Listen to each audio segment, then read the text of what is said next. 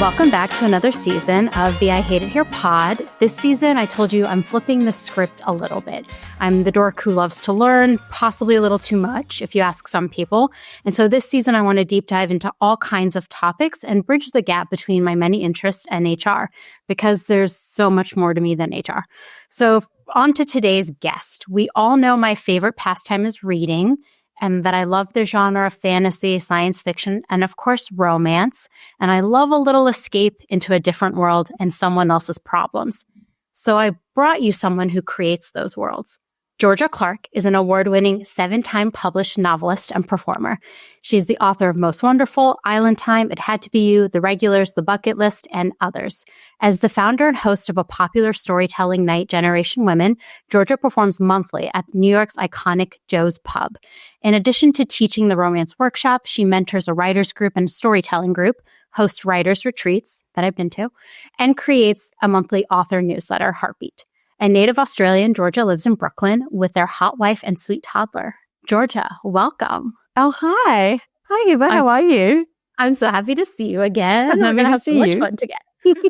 We're going to have a great time. I was just reading your bio and I was like, yep, read that book. Yes, I've been to a Generation Women's event.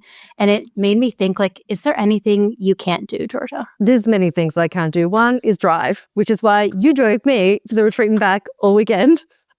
And you survived. This was so funny. So that was my first time driving in New York City. I'm not a big driver, as everyone knows, but I made it and I survived and I drove through Manhattan and Brooklyn and I'm very proud of myself. You did great. You did amazing. We're going to celebrate the win. Hopefully you thought I was an okay driver. The entire time I was like, don't die, don't die, don't die. Great driver and great at making playlists. Hell yeah. I did play a good playlist. I was actually just listening to it, which is kind of funny and corny. It's my drive playlist. So it's always there to belt songs out. Something I'm asking every guest this season is one area or topic that you're really interested in right now. And it can be anything. I just like collecting people's interests and then diving into them myself.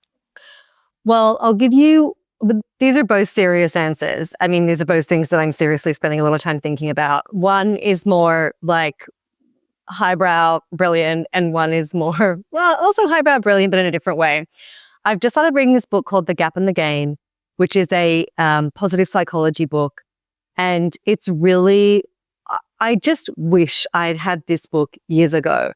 And it's really about appreciating it's really specifically for entrepreneurs and authors are entrepreneurs. It isn't just for business entrepreneurs. It's like entrepreneurs in any field. And it's really cracked open the way I'm thinking about things. And I'm already excited to tell my students about it because so many writers are miserable because they don't have the next. They don't have the book deal. They don't have the agent. Once they have the book deal, they're not a bestseller, And I'm really guilty of that kind of thinking as well. So I'm talking nonstop to my wife about this book. I'm like, oh, it affects all these areas.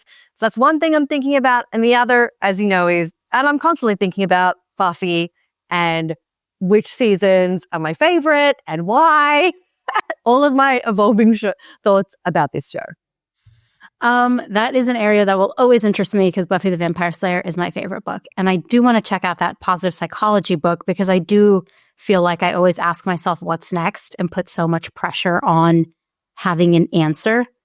And I just don't think that's like a healthy lifestyle, honestly. Well, the way they frame it is, and I will be frank, I haven't finished it yet, is like it's not about not having wants, but it's about separating need from want and realizing that you can have wants, but you don't need them to be happy. And that happiness isn't something that's going to happen over the rainbow or over the hill or at the top of that mountain. Happiness and satisfaction with your life is something you can have now. But I think that the way it feels a little bit different to these kinds of books is it really is geared towards high achieving individuals and really acknowledging that people who have a lot of ambition and have a lot of, wants are working in a different way to people who are, don't have as many ambitions driving their life and that have always driven their life.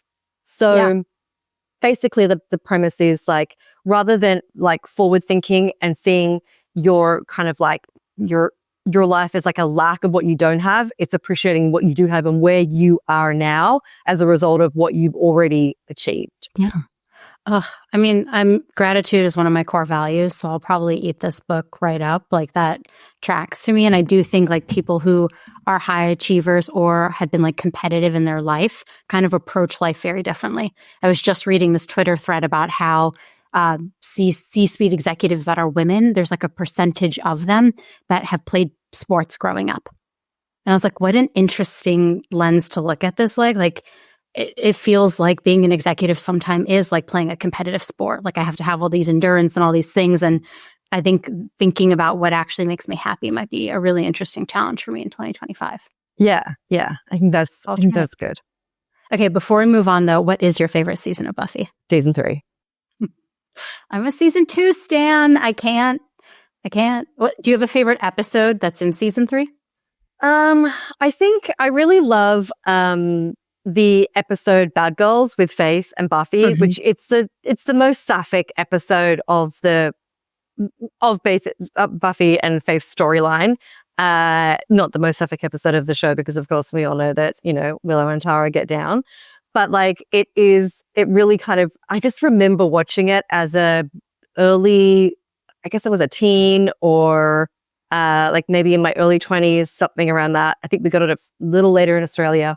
And just feeling electrified by the chemistry between Faith and Buffy, which like then led to a, debilitating, delightful fan fiction addiction, which again, I know you can speak to, and just like being completely obsessed with this world and with these characters.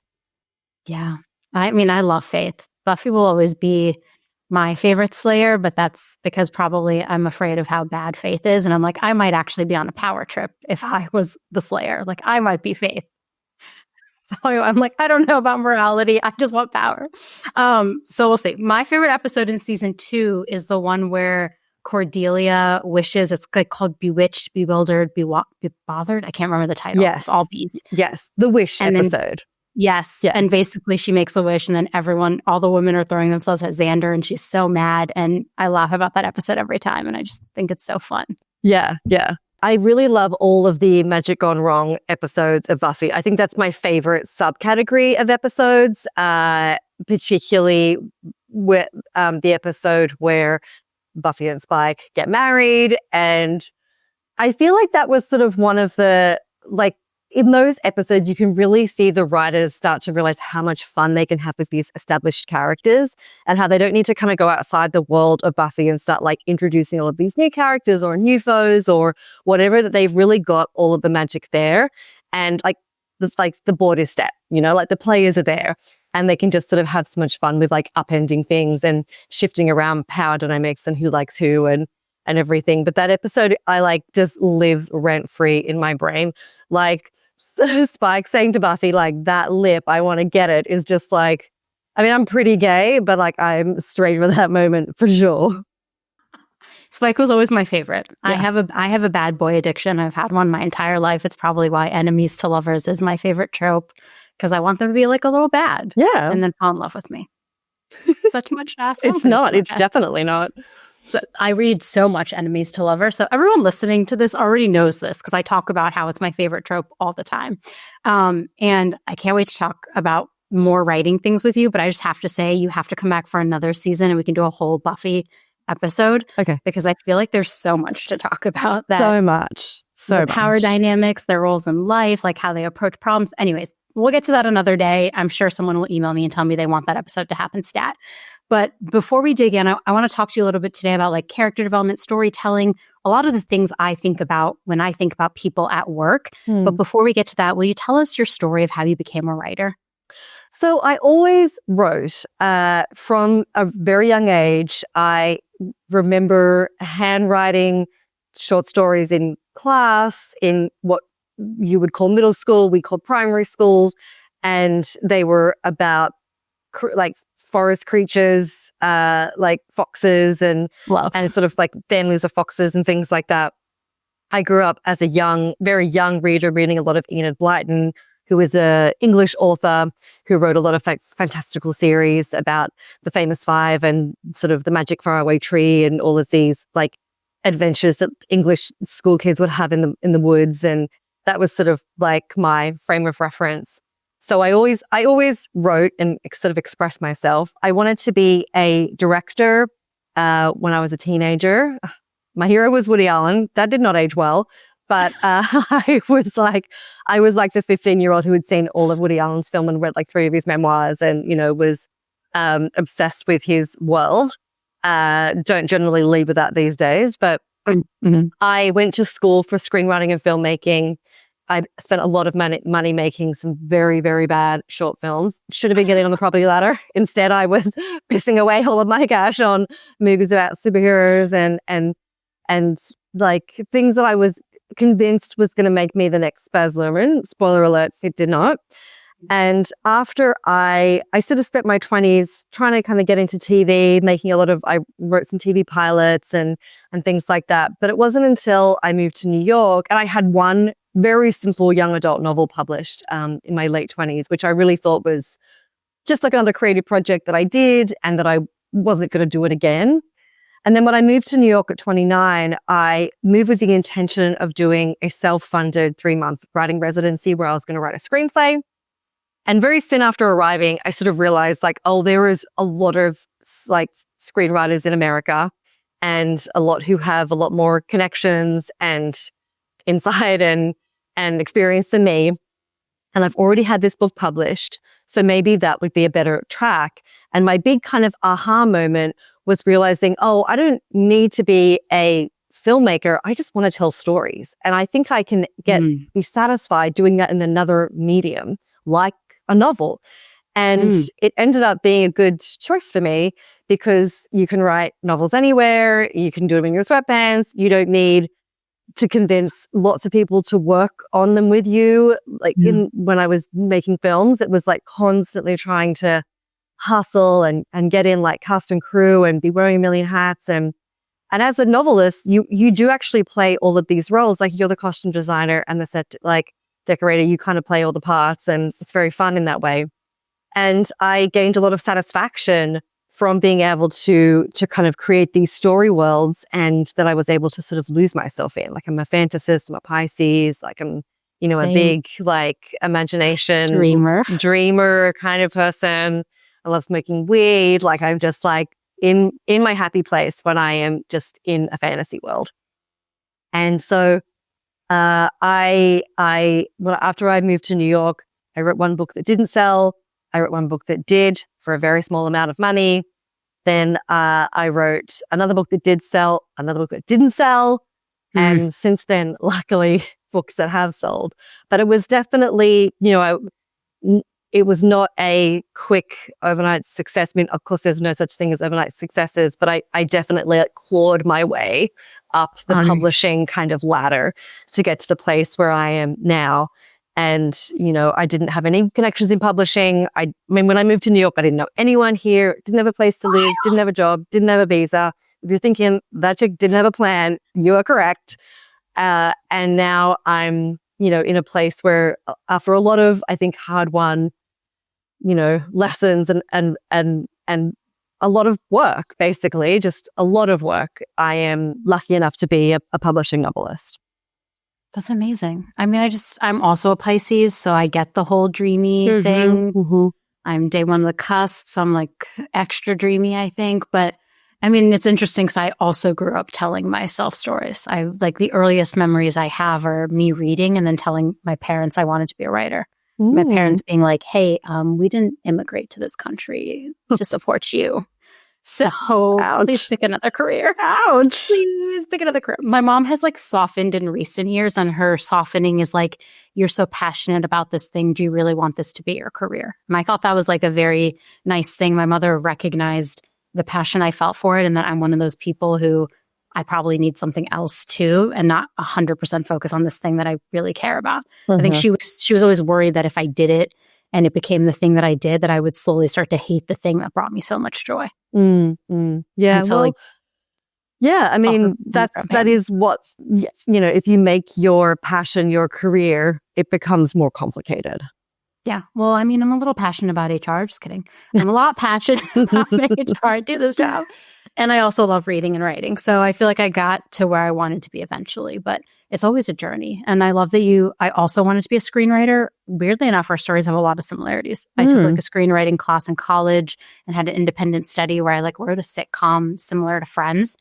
And then I was like, this is not for me. Like while doing that, I was like, I am not funny enough for scripts. Like as I was writing, I was like, I can't do this.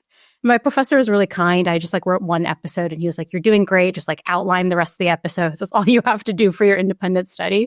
And it worked out. And I did also want to be a film director, but I was more obsessed with John Hughes than Woody Allen. Right. Yeah. Yeah. You heard heard my whole like rant about how much I love 80s movies and how John Hughes is, I think, just a great director and I love his movies. So Cosign for lots sure. of Pisces. We have a lot of similarities. Now I see why we get along so well. Yeah. You survived a 2.5-hour drive without me killing us. Yeah. Talk to me a bit about how you start developing your characters. Are there specific traits or backstories you always include to kind of like make them relatable, or how do you even think about this? That's such a great question. So my genre is romance, and this is definitely a genre-specific answer.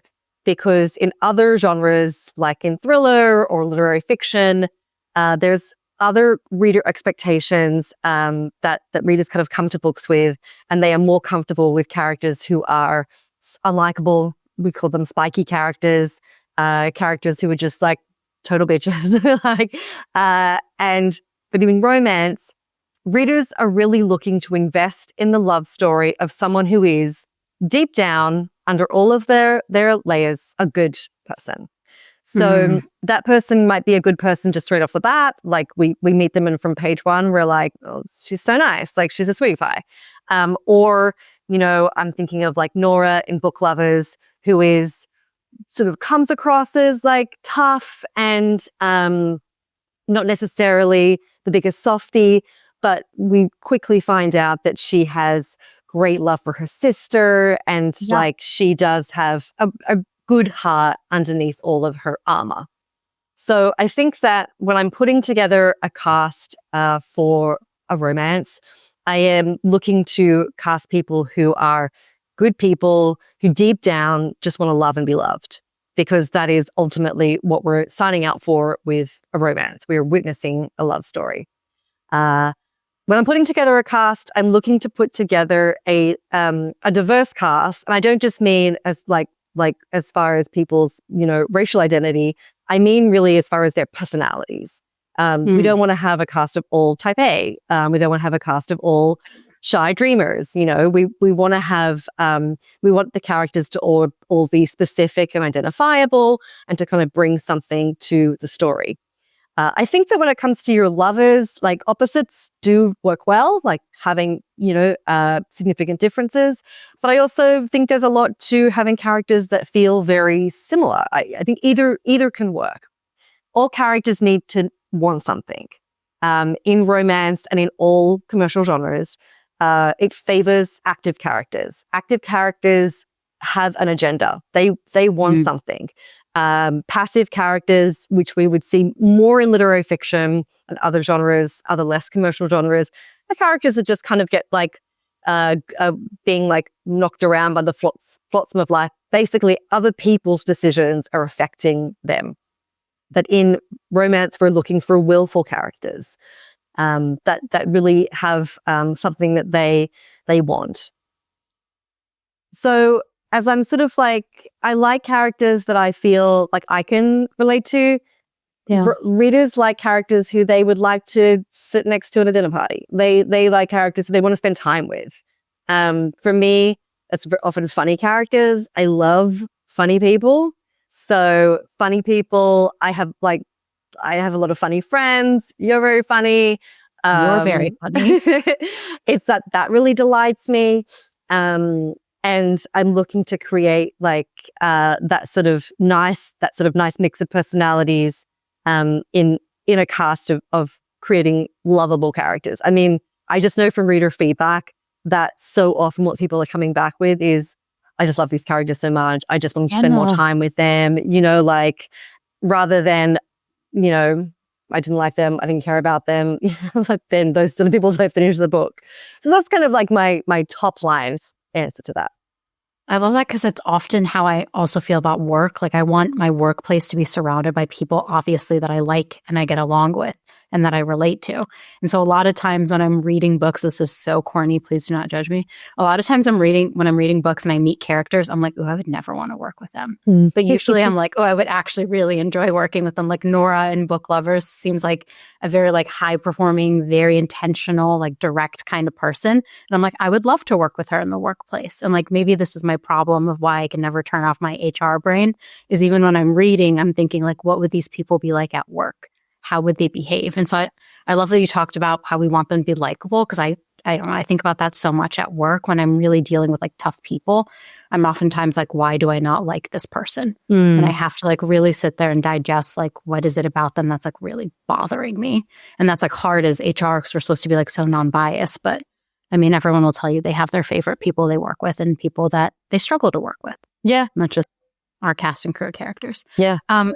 In romance and maybe like most novels, characters like experience a personal transformation. How do you think about that when you're developing the character?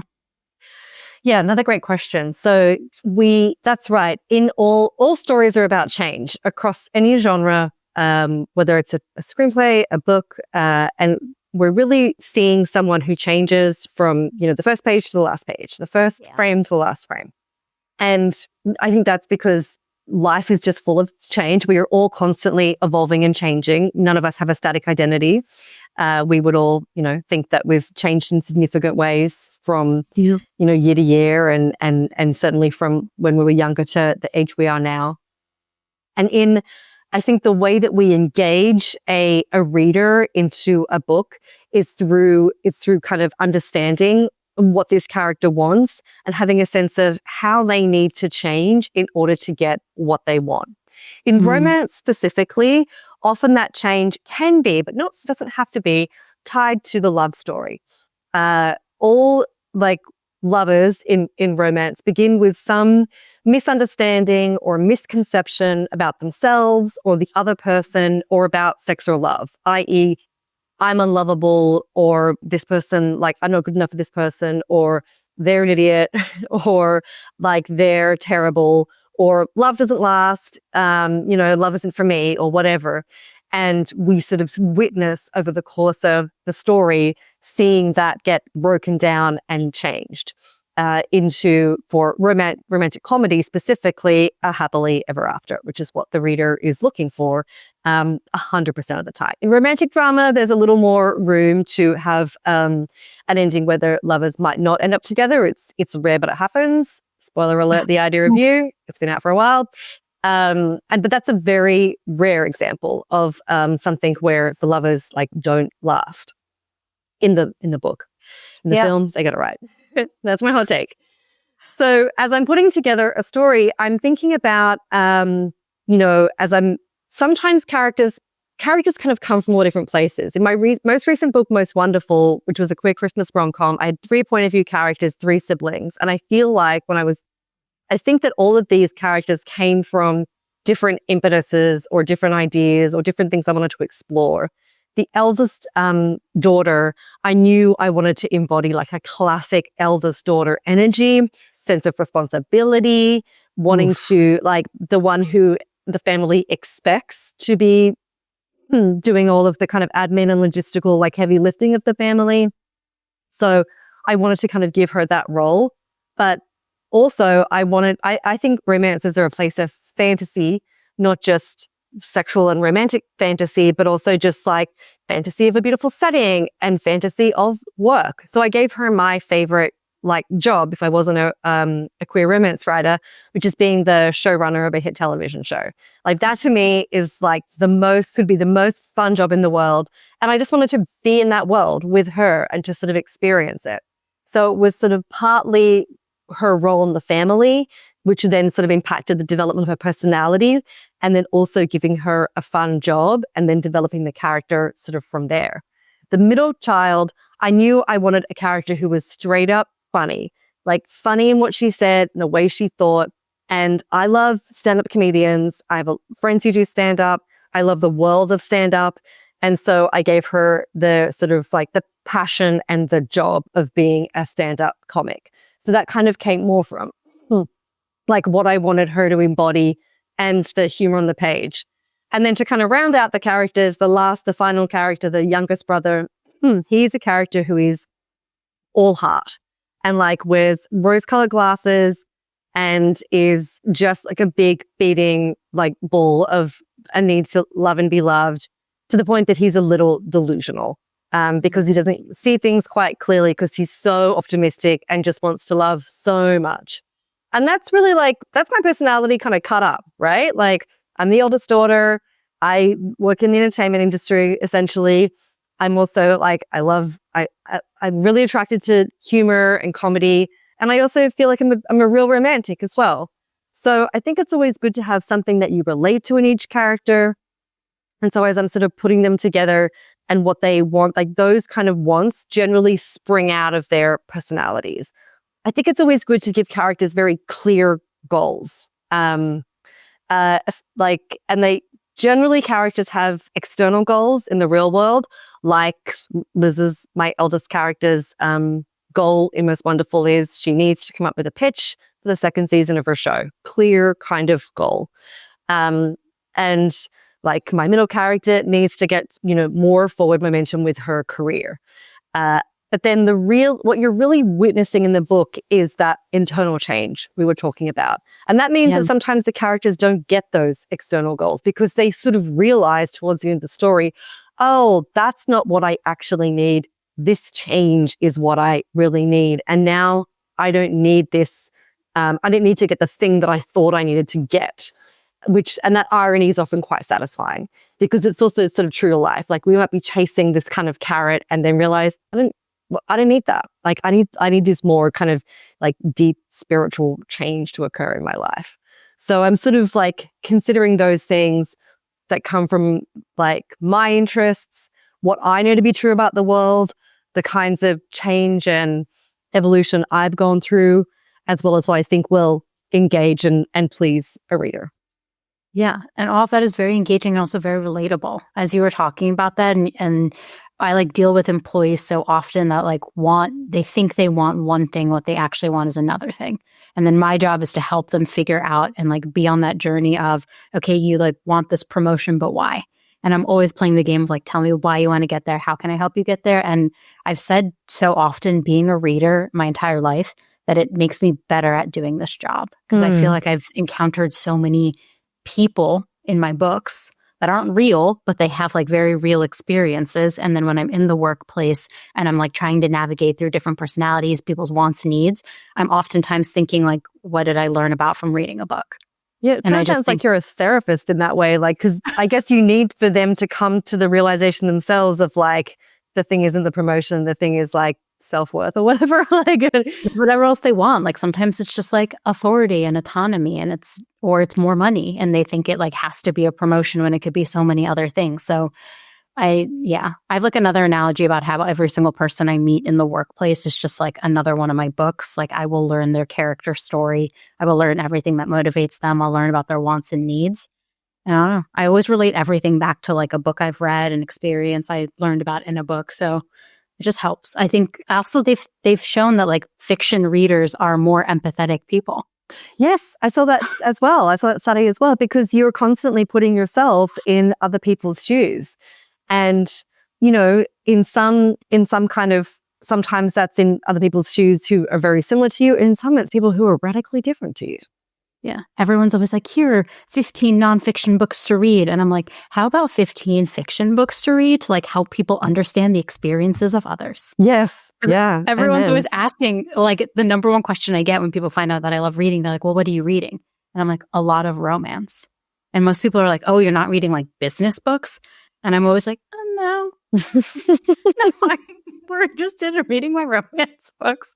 Sorry, I like do business all day long. I want to have like fun when I'm reading. So I think it's interesting when that study came out and it's like fascinating to see like the business books usually written by men that are touted as like the best business books. And it's like, hey, there are other people at work having an experience. Like maybe we read those or we read more fiction and understand the perspective of others. That's my mini rant for this episode. I won't go too far on that one. I love it. Something I'd love to talk about is conflict. I grew up in like a very conflict healthy family where like we all had conflict. We talked about it. We resolved it and we moved on. But I think a lot of people struggle with conflict in the workplace. So how do you think about conflict when you're like shaping your characters? Well, conflict is essential, especially in the narrative itself, as far as obstacles.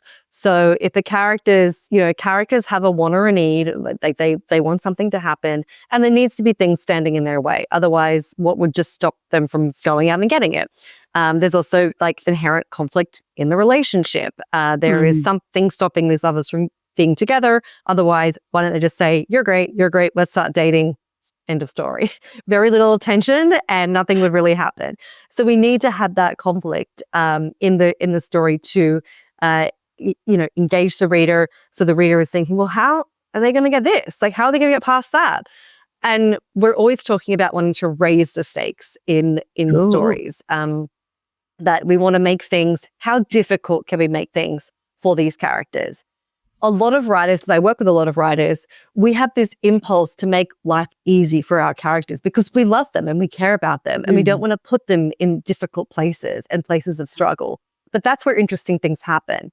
And I also think it's like it definitely happens where you sort of write yourself into a scene. You're like, I don't actually know how this character is going to get around this. Like, you might realize that you've got a massive plot hole and that two things, something that you're hoping to have happen, you're like, well, actually it can't happen. But you always get yourself out of it.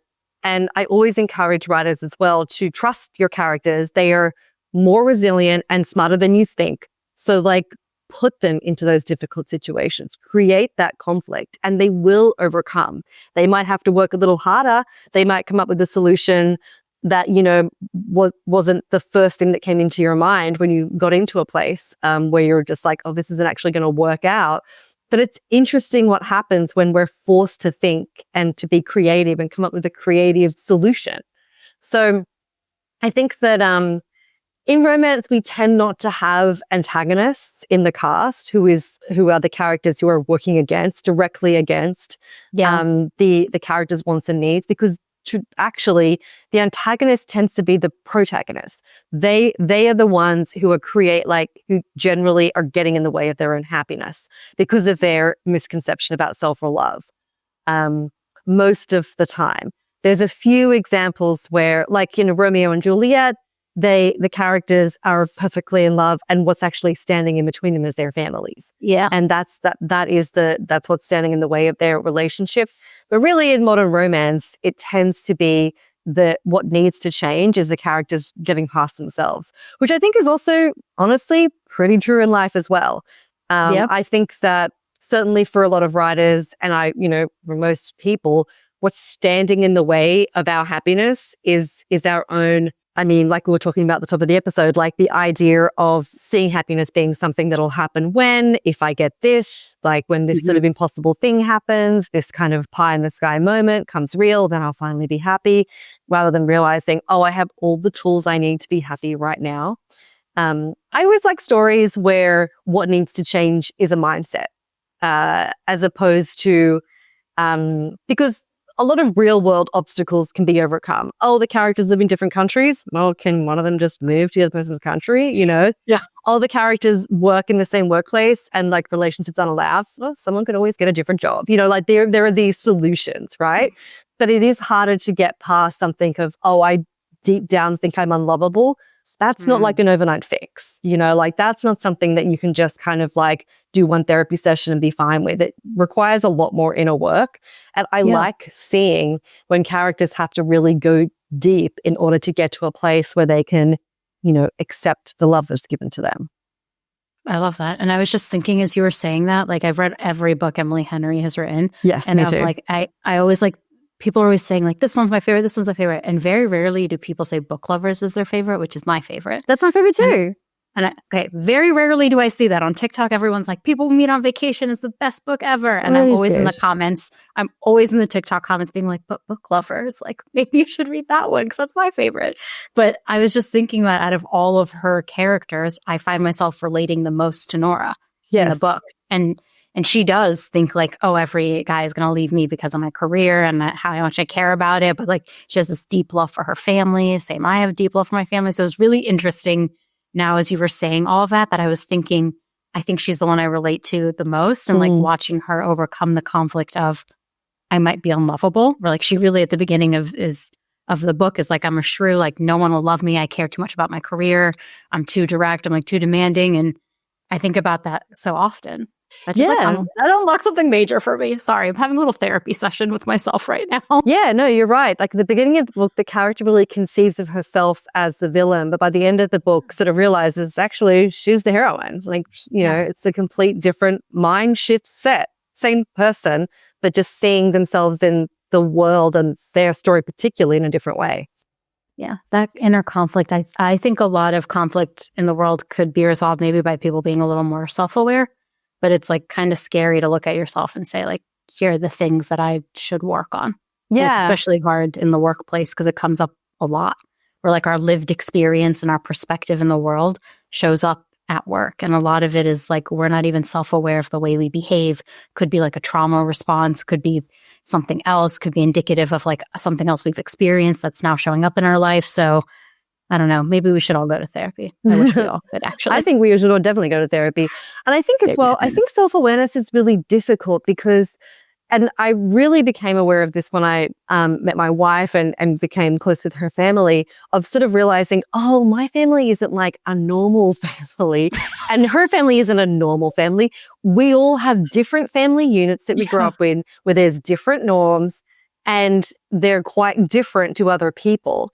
And by extension, like all of the things that we think are normal about ourselves might not be normal to someone else. Yeah. So I think that self-awareness is really difficult to have because it really requires you to understand a lot of people's different perspectives and understand a lot of like how many different ways there are of moving through the world and how many different personality types there are, how many different, you know, how many different people value different things. People like engage with conflict in different ways and realizing I'm not right and you're not wrong and you're not right and I'm not wrong.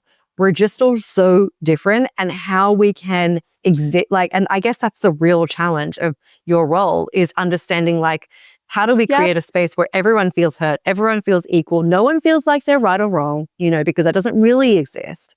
And that we can be like, have appreciation for the difference in others and really understanding it in ourselves. Yeah. I always say like people are the best thing about this job. They're also the worst thing about this job. Like while you're interacting with all these people, you learn so much about yourself. Yes. Right? Like you were saying, like with your partner, there's so many things I've learned about myself that like, oh, this is because I did this thing a certain way. And like so many people do it differently. So I think like it's cool, but a lot of people, we end up getting like defensive at times of like how we would do it. And we need to like that's like one of the hardest parts of feedback. We instantly get defensive when someone gives us any sort of critical feedback. And it's like something you have to work through to be like, okay, this person is just sharing their opinion on how they would do this thing. It does not mean anything less about me because I would do it differently. Right. But it's like best part, worst part of this job. Honestly, people make this job fucking entertaining. Yeah. Every week I'm like, oh, I'm about to be entertained again. Here we go. The great human drama that we're all a part of. That's literally what I'm watching every day. I'm like, this could be a sitcom.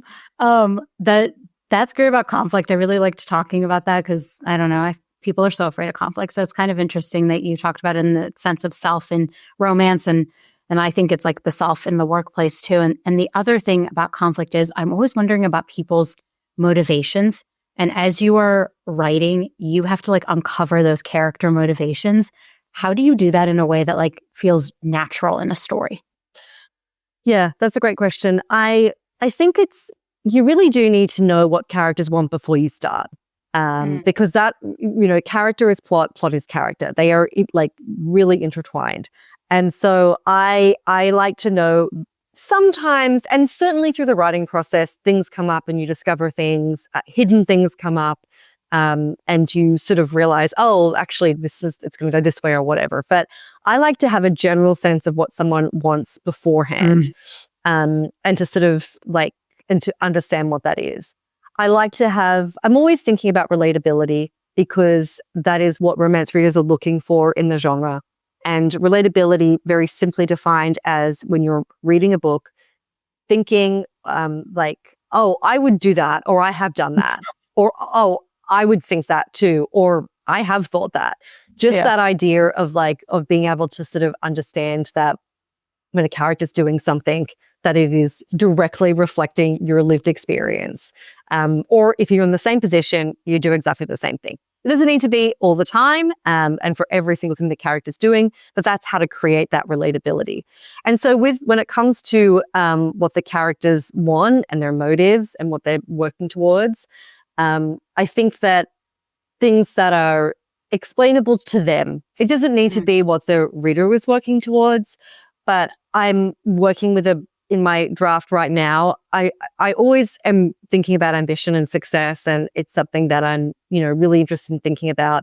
Aren't we all? And I'm working in a character who's quite successful in her career and is going through a very severe sort of burnout and realizing of that sort of habit that a lot of high achieving individuals have, which is just like feeling like you never have enough. You scale one mountain only to realize there are 20 more mountains, and that kind of never-ending cycle, and that has really contributed to her burnout. And that's just something that's on my mind right now, and that I'm thinking about. And I think that we're not that unique. And if I'm thinking about it, other people are too. You are. I'm sure people listening to this podcast can relate to that, understand that. So I think that understanding what people want, readers like clear, easy to like understand goals. So rather than if a character had a goal that was like, I just want to be more me this year. What does that mean? Like that could mean anything, and it's hard to sort of see then, well, I mean, that could work in a book. But I think you would then get down to being like having more like subheads of like what that means, rather like versus a goal of I want to open a chocolate shop. Like that's just so like then we're driving the train there, and then it's very easy to know whether or not the character makes that happen. Do they open the chocolate shop or not? And so I think that that's what you're sort of like wanting to like create in a story. And so the reader can really understand what success looks like, what failure looks like, that actually the real change that needs to happen is this more internal sort of spiritual growth. So like, I want to open a chocolate shop, but really I just want more independence, or I want to like feel like I'm in the driver's seat of my own life. Kind of like that's actually what's going on. And so by the end, the character might not necessarily open that chocolate shop, but if they do end up feeling like they have that independence and that sort of like authority, that'll be a satisfying ending for a book. Yeah. Oh, I love that idea of uncovering motivations, because it's like so often we just like do things and we don't understand why the person is doing them. And it's hard to have that conversation in real life. Like in the book, it's almost like we're a lurker in the person's thoughts and experiences, and we're understanding what they're uncovering. And in the real world, it's like, I just want people to tell me what their motivations are. Like, can you all make it this easy for me? Just tell me. Like, I just need to know. Well, the novel is the art form that offers the most psychological insight into character. In screenplay, we don't get to know what people are thinking. We only have their dialogue. We can see them doing things, and we can witness their thoughts like playing out over their face or whatever. Yeah. But unless you're doing some kind of voiceover or whatever, which, tends not to work as well. But like in the novel, we get deep insight into how a human mind works. And I'm always aiming for that authenticity in seeing how a human mind like logics, and even if you're coming to the wrong conclusions, which can be fun in and of itself, but seeing how we're kind of getting from A to B to C. And it's always very fun as a reader to know that a character is trying to get something and how they go about getting it. Like, what is their plan? How are they going to overcome conflict? Typically in story, a character wants something, they try to get it in method A, it doesn't work. Nope. Otherwise the story just ends and there we are. And so, and often it gets more and more difficult. And sometimes like their first attempt just makes things worse, and then they're kind of, but that's entertaining. That's entertaining to read. That is, hence why I read it all the time. I'm always like, oh, well, here, this is again, I'm reading it.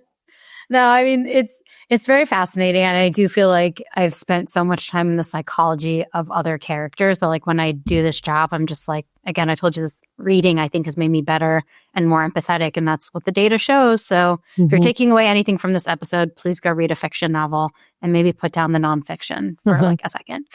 I want to pivot and touch a little bit on, like, we just went deep on character development, which I think is so necessary for any HR person, honestly, anyone at work, to better understand the people they're dealing with.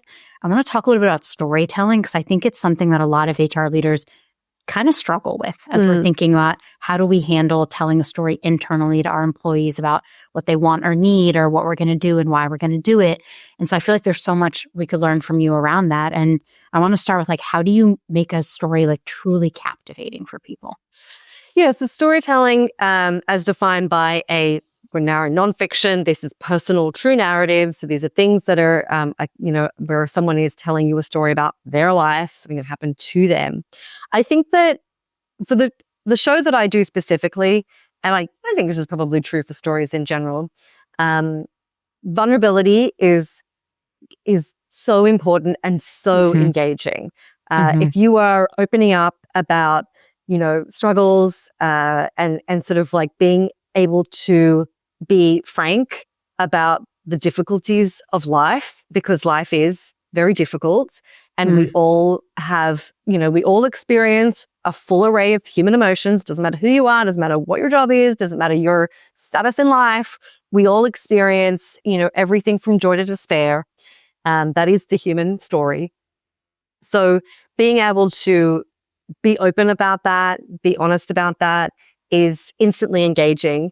I think that storytelling is an art form that has existed in every culture on every continent since the beginning of time, because it helps us understand how to live.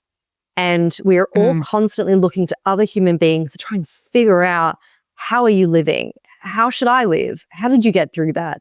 In many different ways and forms. We're so curious about other people because we're also curious about ourselves, and we want to make sure that we're doing life right. So I think that stories that have an element of vulnerability to them are important. And also for my show specifically, but also for stories that have hope, that have, rather than just like, this tough thing happened to me and it sucked in the end, I love stories that have themes of resilience and grit, determination, perseverance. We all persevere. It doesn't matter like really who you are or what your kind of role is. And sometimes we're persevering in the face of professional difficulties, personal difficulties, like self-created difficulties, like, the war in our heads. And so I think being vulnerable, but also offering a hopeful narrative is a way to connect with people. Yeah. I mean, I'm nodding my head yes to all of that. Can you talk about Generation Women for a second? Because I had the honor of going to a show and then speaking in a show, and I thought the structure was just so beautiful. Can you like tell people how you came up with the idea, what it is? Because it's so powerful. Yeah. So Generation Women is a intergenerational storytelling event where we invite a woman or non-binary performer in their 20s, 30s, 40s, 50s, 60s, and 70s plus to tell an original story on a different theme every month. So we start with Teen 20s, that's a performer in their 20s, and we end with Teen 70s plus, that's a performer in their 70s or older. And every storyteller is responding to the same theme. We had a show last night. The theme was New Year, New You, stories of reinvention and change. And we see every storyteller responding to the theme. And what's really interesting about it is seeing how the different generations, what they're talking about, how they respond to the theme. And you sort of see the theme expand over the course of moving through the generations from youngest to oldest. And, some of the performers in their 20s just haven't lived as much of an adult life as performers in their 70s. So the stakes, generally speaking, start out as much lower for teen 20s, where like the biggest upset in their life or the biggest like move in their life is a breakup or moving to New York City or, sort of maybe defying what their parents imagined for them. But that can definitely be still happening in other stories. And then we get into like the grist and grit of life with divorce, death, like having kids, and just the stakes get higher, and we start to sort of bear witness to this like unfolding of consciousness that happens.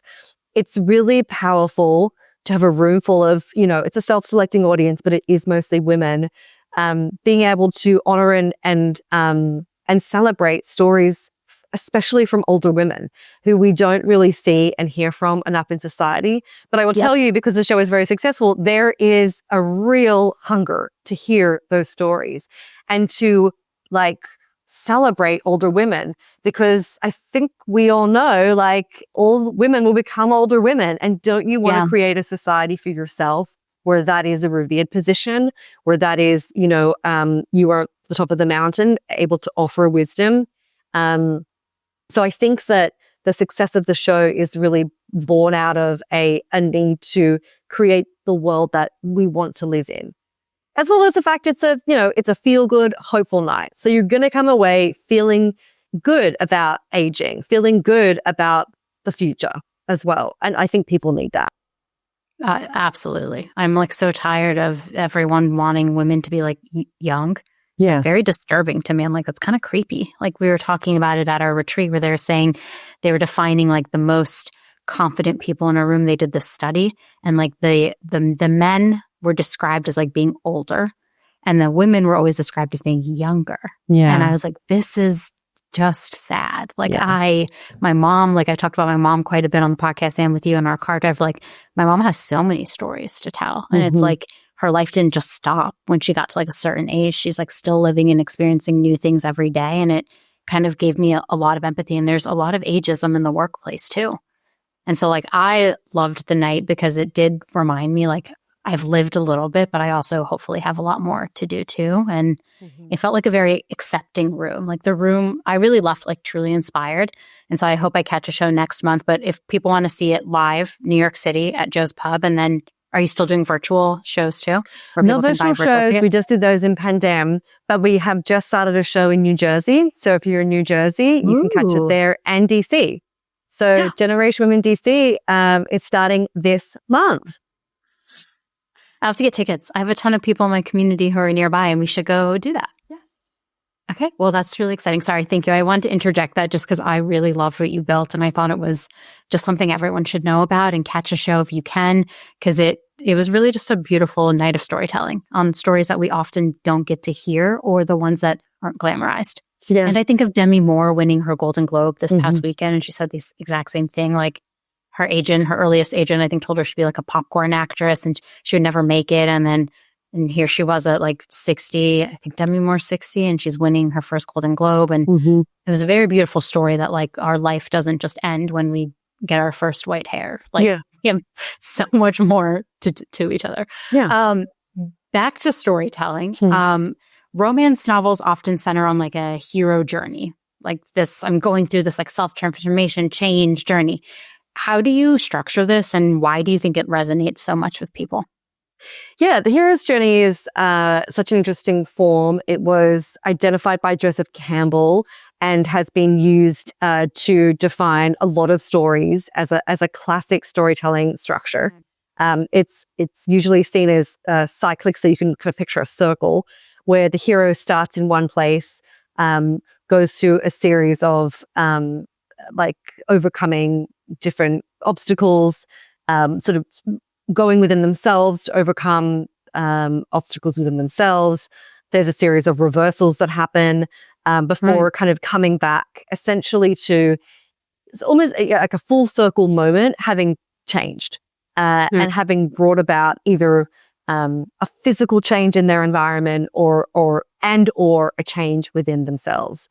And I think that these kinds of story structures are really helpful for writers, especially if you didn't go through sort of like formal training like I didn't. I didn't do an MFA. I'm self-taught as a writer, having done a few small courses here and there. And it really does help sort of break down and define what makes a satisfying story. And so many elements of the hero's journey are things that we have talked about in this conversation about the battle with self, overcoming significant obstacles. There's a point in the hero's journey where they use the friends and mentors to assist them on the way, which is your supporting cast and what their kind of role plays in the story. I think that in the ways in which romance and the hero's journey sometimes differ is that in what defines a romance is a love story isn't a subplot. It's not it's the story. The love story is the story.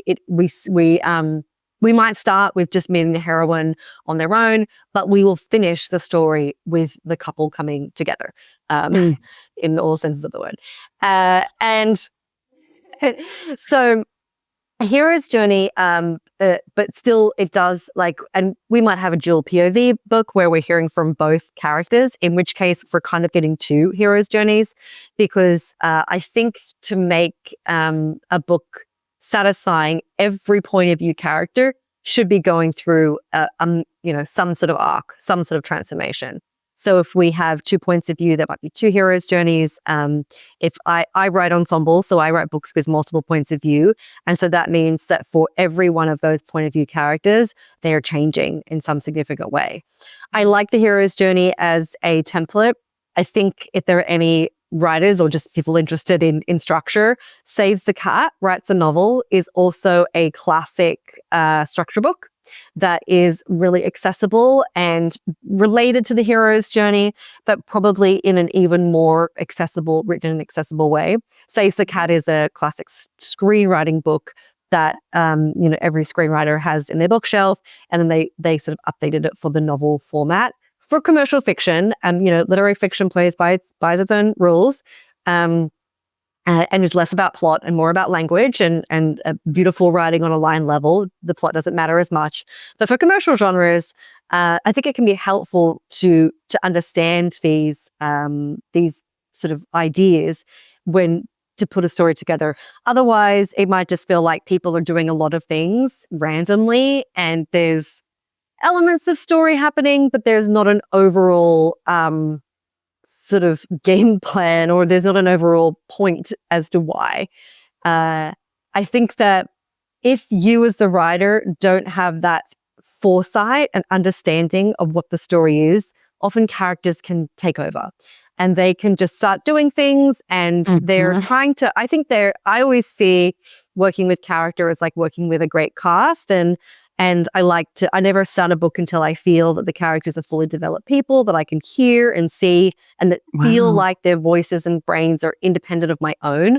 Like I'm not just puppeteering people around and putting words in their mouth. Like I'm sort of like asking them, like, what do you think? And like, what would you say now? That kind of thing. But so I that's why I like to have a very solid sense of the characters and the ways in which they are different to me before I start. That if I don't have a sense of what the point of this scene is or what we're trying to kind of ultimately achieve, then they'll just be talking about and doing anything and making decisions and getting in the car and going to the movies, or they're just doing stuff, which doesn't necessarily meet the ultimate aim of creating a cohesive, satisfying story that's kind of working on a few levels at once. Yeah. I think about that when I write, this is again so corny. I think about that when I write my internal comms. I'm always like, who is this going to? What kind of story are we trying to tell? How does this connect to everybody? What kind of questions are they going to ask? And I think like a lot of times I'm playing out like a whole 6 scenarios in my head for like every comms. I'm like, this type of person's going to react this way, and this person's going to go off and do this. And I know this person's going to ask their manager right away for clarification. And so then I start to like craft these comms as if I'm like, again, being a good storyteller. Like I know what questions people are going to ask. Let me make sure that this is a good comms that goes out that's like vulnerable, authentic, and also gets the point across. But oftentimes I like laugh when people are like, how do you craft all these internal comms? And I'm like, I write a newsletter. So like I have to write these comms, but I'm also trying to write them in a way that like reminds you that the person at the end of the day is a human who's reading it. Yes. And I think like, again, another reason why I love stories. That's the whole theme of this episode. I love reading. I think one last question I want to ask before we wrap up our time together today, and you touched on this a little bit, but I think it's really interesting because like we at work are all so different, and Gen Z is the most diverse generation we've ever had. How do you ensure that your stories and characters reflect diverse perspectives and experiences? Yeah, another great question. So it's definitely, readers expect, most readers expect to have a cast of characters who aren't all white, straight, young, able-bodied, like all exactly sort of one type. But at the same time, and so, romance has gone through such an interesting journey. In the 90s, like if we think of all of our classic 90s rom-coms, which I love so much and everyone does, they are really bastions of white, straight, thin, who are bodied characters. And then that became something that was called into question. And so there was then a desire to see more diversity, especially across like racial identity and sexual identity in romance. But then there's the question of, well, who has the right to tell this story? Who has the right to, as a white writer, how can I write about a character of color's perspective and experience? So I think now we're in a place where, you have to, and I'm really lucky enough to be published by a progressive imprint who will challenge me on my characters of color. I mean, I'm queer, so I feel comfortable writing that. And generally, like, if you're like, if I'm queer and I'm writing queer characters, no one's asking me about my straight characters. Like, it's not like, oh, what right do you have to create? Like there's sort of some understanding of like, well, that's the dominant culture. And, you can write those characters. Like if I was to write a male character, I don't tend to get any pushback against like, well, what right do you have to create, a man? But I definitely get that more with characters of color. And so I think that, you really do need to do your homework. I think it's a good idea if you are a white writer and you're in your cast, you have diverse characters, to think about what is your connection to them? What do you know of their experience? If you don't know anything, should you be writing this character in here? How can you find out about their experience? Often a lot of my characters of colors are based on people I know. So I can sort of say, well, this is a character based on my roommate in my 20s, or, a friend of mine, or someone who I can also ask questions of. I like to interview real people to get information rather than just relying on internet research.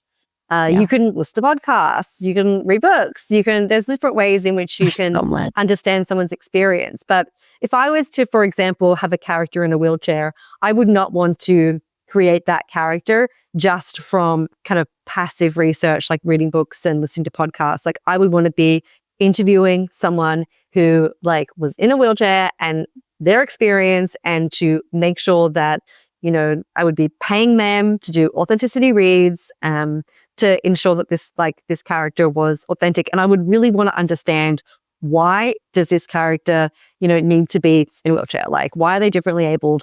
Am I just doing that for diversity checklists? But you have to really be frank with yourself and ask, like, what is your motivation here? Is it coming from, what sort of place is it coming from? And understanding, like, just being really frank with yourself, because it's better to be asking yourself those questions than to have like the book being passed on or getting into any kind of controversy. I do think it's, best to write from your own lived experience, because no one can take that away from you. No one can say like, you haven't had that experience. But it's definitely something tricky that writers are grappling with. And, in a television show, you're able to have a writer's room that is often put together to specifically represent the experience of the characters on the show. But obviously for a novel, it's just you. You wear all of the hats. So you have to kind of think carefully about like what your motivations are, what your experience is, and how you can educate yourself to get the book to an authentic place. I love that. I mean, it's so important to see representation in books, but I do agree with you that like a lot of authors in the last year or two have basically been criticized and under fire for like tokenizing certain types of characters. And so I think like that advice of like, if you're going to write about it, make sure it's either something you've really experienced or that you're doing the proper research to like accurately display this character and their experiences. And it's just an interesting dialogue that I see on Book Talk a lot, honestly, where readers are very quick to call it out. And I love that. I love that accountability. I love that we're asking for representation and real experiences in the literature that we're consuming. Yeah. Because it is quite hard. Like I was thinking of all the 90s movies, the 90s rom-com movies, all are very white casted. Like I'm trying to think through in my head, and it's just an interesting perspective to see how far we've come. And it makes me hopeful to see what stories we're going to read in the future that are going to be, maybe I relate more to the characters than the characters I'm currently reading. So I think that was very helpful. Thank you for sharing your perspective. For people, so we HR people are on LinkedIn. I realize that's not where the creatives are, Georgia. So if people want to get in touch with you, they listened to this episode, they loved it, they either want to grab your book or, I don't know, go to the many things that you're working on, what's the best way for them to find you? Yeah, you can connect with me on my website is georgiaclark.com. I'm on Instagram at Georgia Lou Clark. That's the only social platform I'm on. You can come to a Generation Women show, generationwomen.us. We're monthly at Joe's Pub, as well as New Jersey and DC. And if you're at Seattle way, we also have a show in Seattle, as well as Sydney and Melbourne. If you're interested in attending a writer's retreat, you can find those links on both my website and Generation Women. My writers group, which is for romance writers and women's fiction writers specifically, is through my website. And then I also have a monthly author newsletter called Heartbeat, where I write about process and like my personal life, but also just like the publishing world and what I'm up to, and a few not too many recommendations, just a couple. And come to it, and you can always see me in person at Joe's Pub once a month through Generation Women. Yeah, I've been to 2 writers' retreats. I highly recommend them. Every single person I've met has just been a phenomenal person who's like inspired me in different ways. And I feel really lucky because now I have like an extended circle of women working on like really interesting and creative things. And I maybe someday will write my own novel. Maybe my own workplace romance. Maybe if I manifest it on this podcast, it'll happen. I hope you do. I knew that you would crush that. It would be sexy and probably inappropriate. Hopefully my mom never reads it. My mom never reads it because it would embarrass me. Thank you so much for joining me today, Georgia. And I am just so thankful to know you, to read your work, and to be connected to you. And you're going to come back for another episode on Buffy the Vampire Slayer. I promise you. I cannot wait. Thank you so much. Thank you.